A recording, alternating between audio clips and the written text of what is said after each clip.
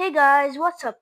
Today I'm going to be reading Chapter 4 The Secret Workers of Charlie and the Chocolate Factory. Hope you guys enjoyed the video. Grab some popcorn and sit back and relax. The next evening, Grandpa Joe went on with his story.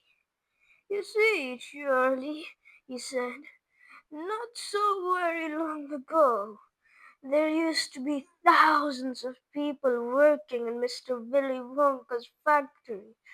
Then one day, all of a sudden, Mr. Wonka had to ask every single one of them to leave, to go home, never to come back. But why? Asked Charlie. Because of spies. Spies? Yes, all the other chocolate makers, you see, had begun to grow jealous of the wonderful sweets that Mr. Wonka was making, and they started sending spies to steal his secret recipes.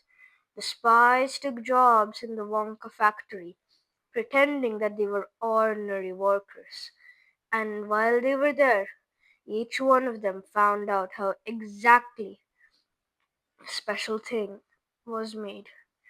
"And did they go back to their own factories and tell?" asked Charlie. "They must have," answered Grandpa Joe, "because soon after that, Fickleburger's factory started making an ice cream that would never melt, even in the hottest sun. Then Mr. Prodnose's factory came out with the chewing gum that never lost its flavor, however much you chewed it. And then Mr. Slogworth's factory began making sugar balloons that you could blow up to huge sizes before you popped them with a pin and gobbled them up. And so on and so on. And Mr. Willy Wonka tore his beard and shouted, "This is terrible! I shall be ruined! There are spies everywhere. I shall have to close the factory." "But he didn't do that," Charlie said. "Oh, yes, he did. He told all the workers that he was sorry, but they would have to go home. Then he shut the main gates and fastened them with a chain. And suddenly, Wonka's giant chocolate factory became silent and deserted. The chimneys stopped smoking, the machines stopped whirring, and from then on, not a single chocolate or sweet was made. Not a soul went in or out, and even Mr. Willy Wonka himself disappeared completely.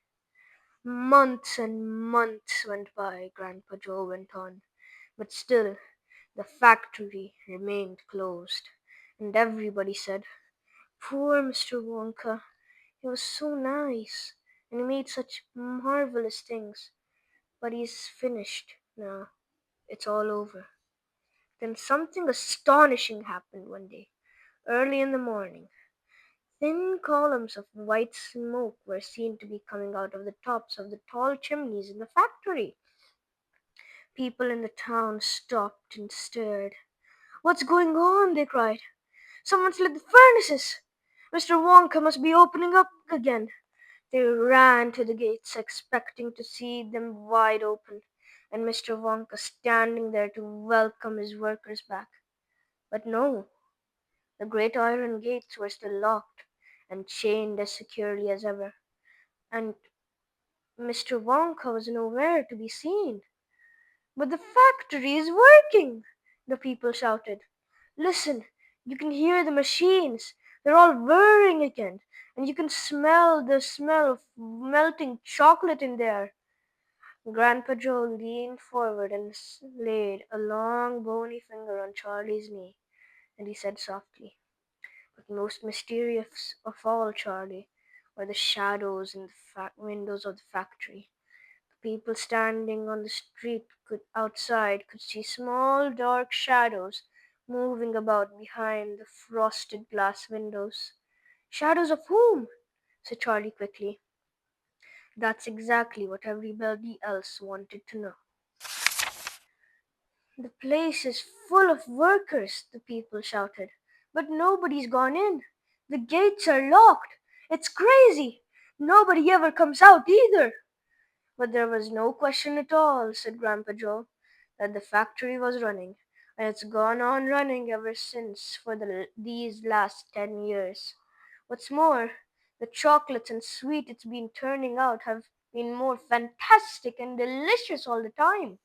And of course, now when Mr. Wonka invents some new and wonderful sneak, neither Mr. Fickleburger nor Mr. Prodnose nor Mr. Slugworth nor anybody else is able to copy it. No spies can go into the factory to find out how it is made. But Grandpa, who? Cried Charlie. Who is Mr. Wonka using to do all the work in the factory? Nobody knows, Charlie. But that's absurd. Hasn't someone asked Mr. Wonka? Nobody sees him anymore. He never comes out. Only thing that comes out of that place are chocolates and sweets.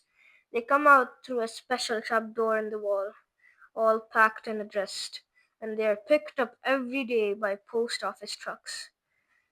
They're, but Grandpa, what sort of people are they that work in there? My dear boy, said Grandpa Joe, that is one of the great mysteries of the chocolate making world. We only know one thing about them. They are very small, faint shadows that sometimes appear behind the windows, especially late at night when the lights are on, are those of tiny people, no taller than an E. There aren't such people, Charlie said. Just then, Mr. Bucket, Charlie's father, came into the room.